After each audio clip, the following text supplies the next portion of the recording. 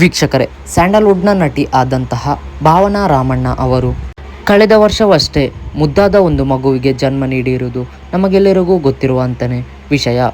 ವೀಕ್ಷಕರೇ, ಅದರಲ್ಲೂ ವಿಶೇಷ ಏನೆಂದರೆ ಭಾವನಾ ರಾಮಣ್ಣ ಅವರು ಯಾವುದೇ ಮದುವೆ ಆಗದಿದ್ದರೂ IVF ಎಂಬ ಒಂದು ತಂತ್ರಜ್ಞಾನದಿಂದ ಮಗುವನ್ನು ಪಡೆದಿದ್ದಾರೆ.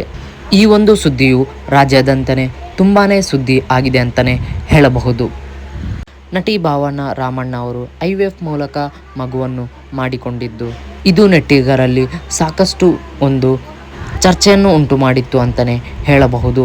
ಕೆಲವೊಬ್ಬರು ಅಂದುಕೊಳ್ಳಬಹುದು, ಮದುವೆಯಾದರೂ ಕೂಡ ಇನ್ನೂ ಮಗು ಆಗಿಲ್ಲ, ಆದರೆ ಈ ಸಮಾಜವು ಏನೆಂದು ತಿಳಿದುಕೊಳ್ಳುತ್ತದೆ ಎಂದು.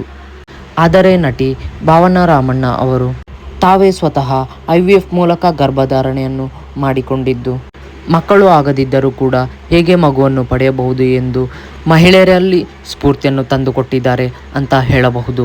ವೀಕ್ಷಕರೇ, ಇದರ ಬಗ್ಗೆ ನಿಮ್ಮ ಅನಿಸಿಕೆಯನ್ನು ತಪ್ಪದೇ ಕಮೆಂಟ್ ಮೂಲಕ ತಿಳಿಸಿ.